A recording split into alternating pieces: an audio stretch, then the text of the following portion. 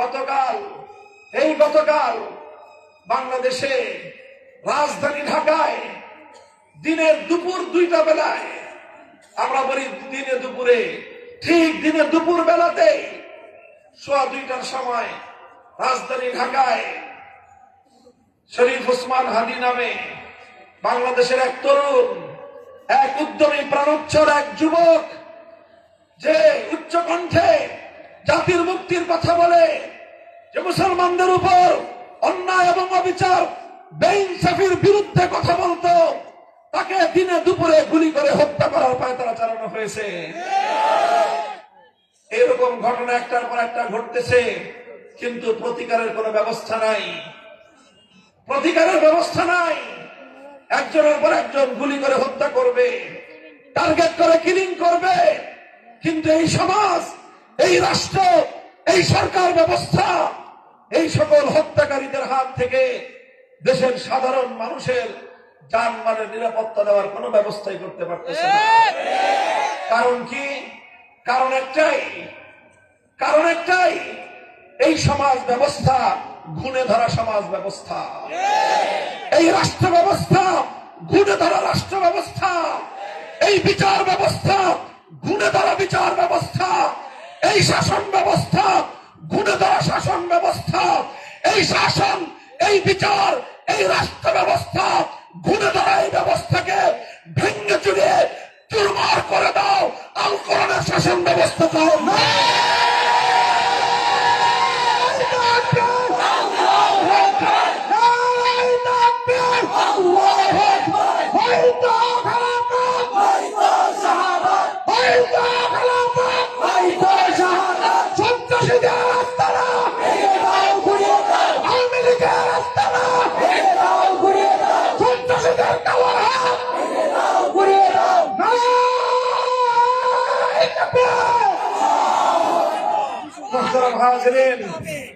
মোহতারাম হাজরিন,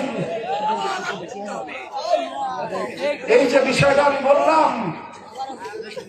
বিষয়টা বললাম, আমি একটা কথা বড় আক্ষেপ নিয়ে বলি, বড় কষ্ট নিয়ে বলি। আমরা 190 বছর, কত বছর? 1757 সাল থেকে 1947 সাল, 190 বছর পর্যন্ত আমাদের পূর্বপুরুষরা লড়াই করেছে মুক্তির জন্য, স্বাধীনতার জন্য, আজাদির জন্য। ইংরেজ বেনিয়াদের বিরুদ্ধে, ব্রিটিশদের বিরুদ্ধে লড়াই করেছে, আমরা স্বাধীনতা লাভ করেছি। 24 বছর লড়াই করেছে পশ্চিম পাকিস্তানি খান পাঠানদের বিরুদ্ধে, যুদ্ধে জয় অর্জন করেছি। এরপরে আরো 55 বছর স্বদেশী শাসকদের দ্বারা এই দেশের মানুষ নিপীড়নের শিকার হয়েছে, বৈষম্যের শিকার হয়েছে, অন্যায়ের শিকার হয়েছে। আজও পর্যন্ত প্রতিবিধানের কোনো ব্যবস্থা নাই। 270 বছর চলছে, 270 বছর চলছে বঞ্চনার, 270 বছর চলছে অন্যায় অবিচারের, 270 বছর চলছে বৈষম্য এবং জুলুমতন্ত্রের। মুক্তির ব্যবস্থা নাই। আমরা স্বাধীনতার গান গাই, আমরা স্বাধীনতা নিয়ে গর্ব করি। হ্যাঁ, স্বাধীনতা আমরা পেয়েছি, পতাকার স্বাধীনতা পেয়েছি, মানচিত্রের স্বাধীনতা পেয়েছি। একটা মানচিত্র পেয়েছি, যে মানচিত্রটা স্বাধীন, আরেকটা পতাকা পেয়েছি, যেই পতাকাটা স্বাধীন। স্বাধীন মানচিত্র হয়েছে, পতাকা স্বাধীন হয়েছে, এই জাতি আজও স্বাধীন হয় না। বলবেন জাতি স্বাধীন হয় নাই কেন? বলবো জাতি স্বাধীন হবে কিভাবে? এই জাতির বিচার ব্যবস্থা, আদালতে যান, সেই লোয়ার কোর্ট থেকে হাইকোর্ট পর্যন্ত প্রতিটি বিচারালয় সেই পরিচালিত হয় এখনো যে আইনের দ্বারা ব্রিটিশ প্রবর্তিত গোলামীর বিচার ব্যবস্থা দিয়ে তোমার আদালত পরিচালিত হয়। পার্লামেন্ট থেকে নিয়ে শুরু করে সচিবালয় পর্যন্ত গোটা প্রশাসন যন্ত্র পরিচালিত হয় ব্রিটিশ প্রবর্তিত গোলামীর শাসন ব্যবস্থার দ্বারা।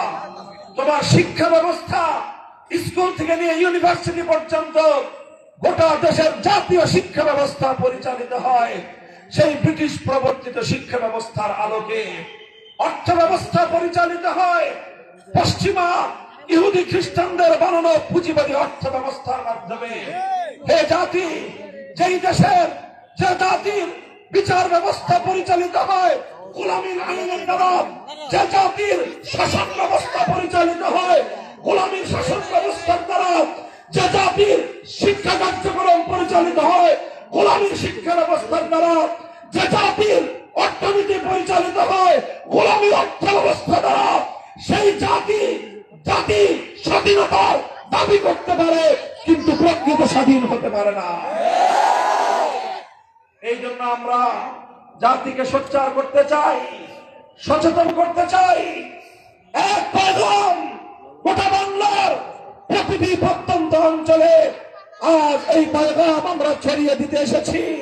হে আমার জাতি, ওঠো, জাগো, হাত মুষ্টিবদ্ধ করো, জাগরণের আওয়াজ তোলো, গোলামীর সকল জিন্দির ছিন্ন করে মুক্ত এবং স্বাধীন শাসনের বিচার ব্যবস্থা কায়েম করতে চাই।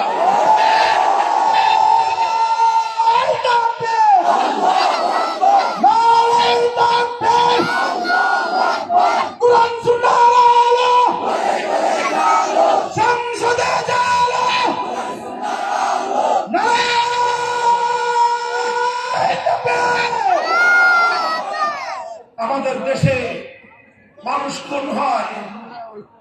খুন হয়, মানুষের অধিকার আরেকজন কেড়ে নেয়, দুর্বলের অধিকার সবল কেড়ে নেয়, গরিবের অধিকার বড়লোক কেড়ে নেয়, রাস্তার ফকির টোকাই অথবা দরিদ্র হতদরিদ্রের অধিকার কেড়ে নেয় শিল্পপতি। তার কাছ থেকে, শক্তিমানের কাছ থেকে দুর্বলের অধিকার আদায় করে দেওয়ার মতো কোন বিচার ব্যবস্থা নাই। মামলা করতে পারবেন, আপনি মামলা করেন, আপনি যদি দুর্বল হয়ে থাকেন সবল আপনাকে হুমকি দিবে, দেখি তুই মামলা কর, তোর কত টাকা আছে, আমার কত টাকা আছে, দেখা হবে। কথা বলেন ঠিক না বেঠিক?